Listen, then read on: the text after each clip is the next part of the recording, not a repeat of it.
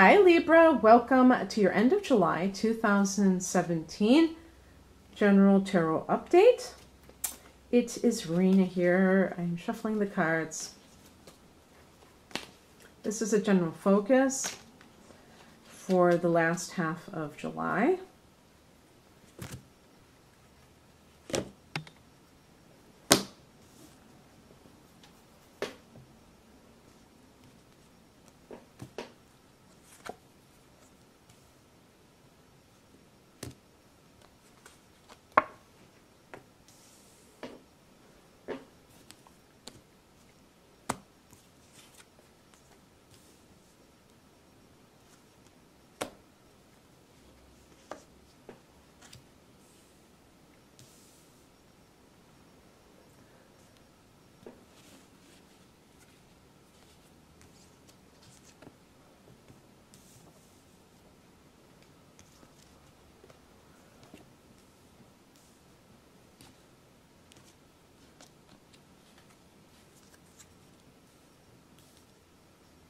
Okay, let me put these cards to the side so you don't see them.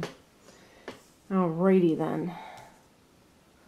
So the overall focus that we have going on here is represented by the Seven of Pentacles. This is the farmer's card, waiting to see if the crops come in. The crops are a bunch of money. So this is definitely, I would assume, a career card. I always think of this in connection with something you're doing for yourself, but it doesn't have to be. And the reason I say that is because it's almost like you're experimenting with things. I remember when I first started doing this a couple of years ago, I think I pulled a card for myself. And it was like this. I can't remember, but this is definitely, you're putting effort into something and you're seeing if it's paying off. You know, the person is holding a hoe. And that hoe represents the hard work that went into the heavy lifting, or the heavy, shoveling that went into planting the crops, planting the seeds of intention. And it's saying, okay, I'm waiting for the payday. I'm waiting to see if I put in all this effort, is it going to pay off for me? Now, sometimes this can be with personal relationships. You may be dating someone and you're pouring all this time and energy into this person, but you don't know, is this person really worth investing time in? I'm getting to know them, but I'm not quite sure. In the past position, we have the Strength card. Now, this connects to the sign Leo, so it's possible that this is the person in question, if it's a personal relationship. If you're talking about, it could just simply be that your basic sense of self feels empowered. You have more confidence for some reason. Maybe you haven't dated in a long time, and you're jumping back into that situation, and you feel like you can risk that, especially if you've been divorced before, or a widower, and you kind of were shying away from it. That could be you getting back in the saddle. But the Strength card could also simply be saying that maybe you're risking something. Maybe it is your own business and you quit a day job for this. And so, but you're still kind of like a little bit wondering, is this thing going to pay off? Well, in the present time, there's a sense of dissatisfaction. So maybe you feel like things are going too slowly. The Seven of Pentacles can be about patience, but maybe you're losing patience. If you notice with this card, however, that somebody is offering you something, and there's a sense of being indifferent to that offering.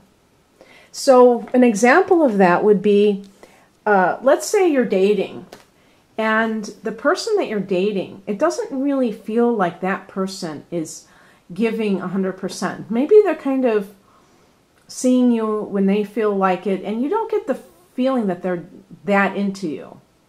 But you don't want to just stop seeing this person because you feel like maybe there is some kind of chance that you'll be able to, that there'll be a payoff later on, that you'll be able to have a relationship that is, and maybe you think it just takes time and I have to be patient. But emotionally, you're really feeling that sense of like, it's not there.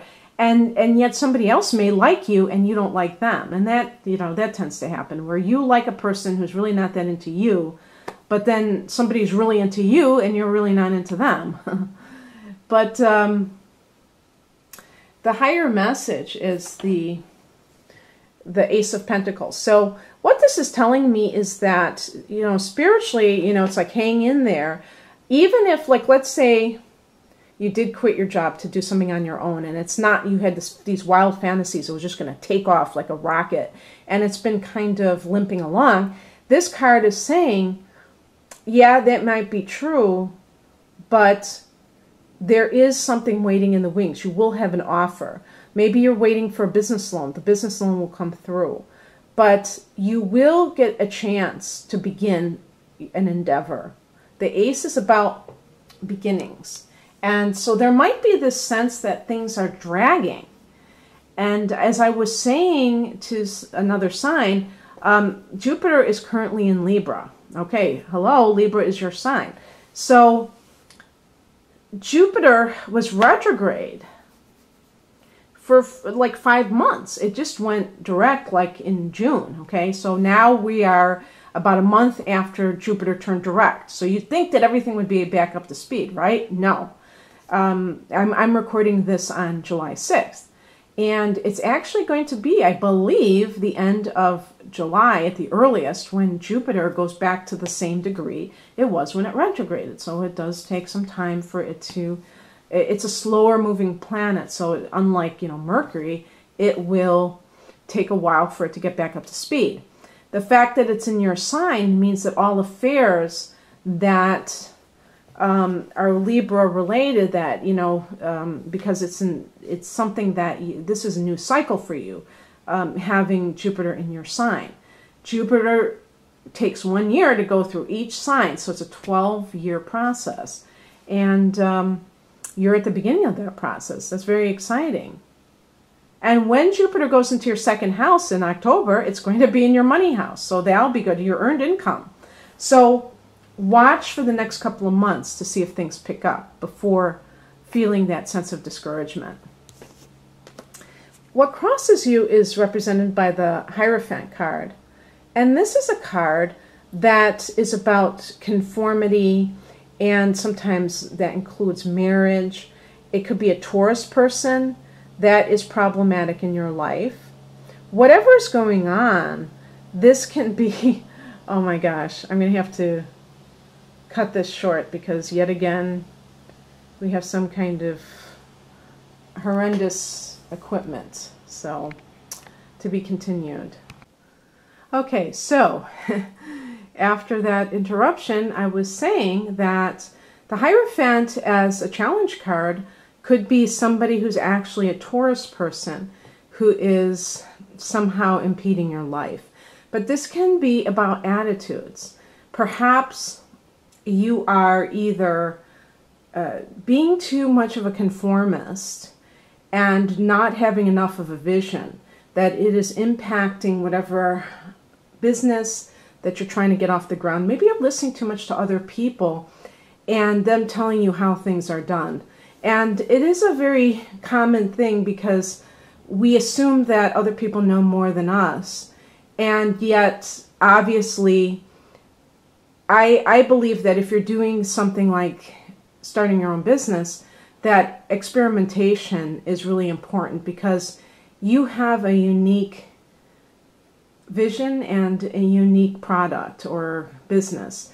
And it's not going to be like anybody else's. And so for us to follow somebody else to buy the book, it may not yield the results, which is what that represents, that we're looking for.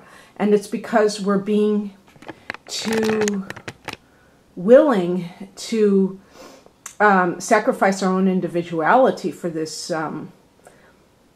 desire to fit in and to have other people approve of what we're doing.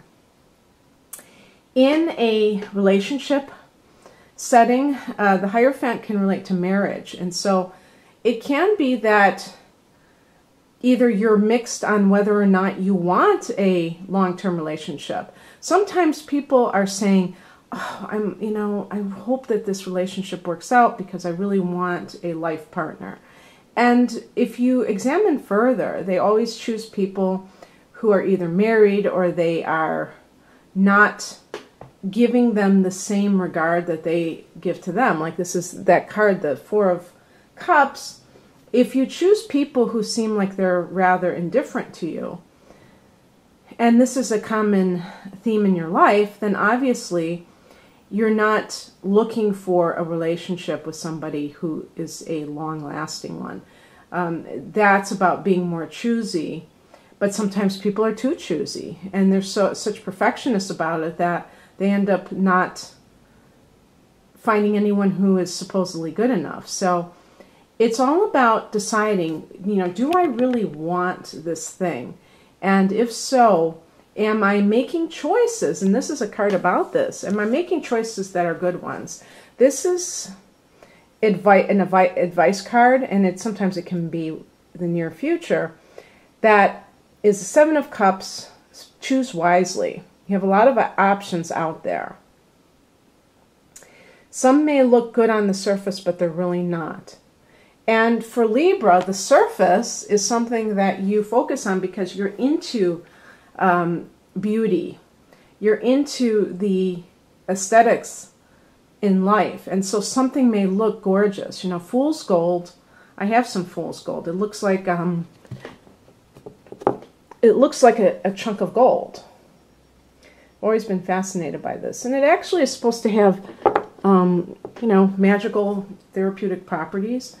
But in terms of, me trying to cash it in, good luck with that, So what is going on with you in terms of the choices that you're making? Do you make choices based on appearance? Do you choose people because they look good and then they act like jerks?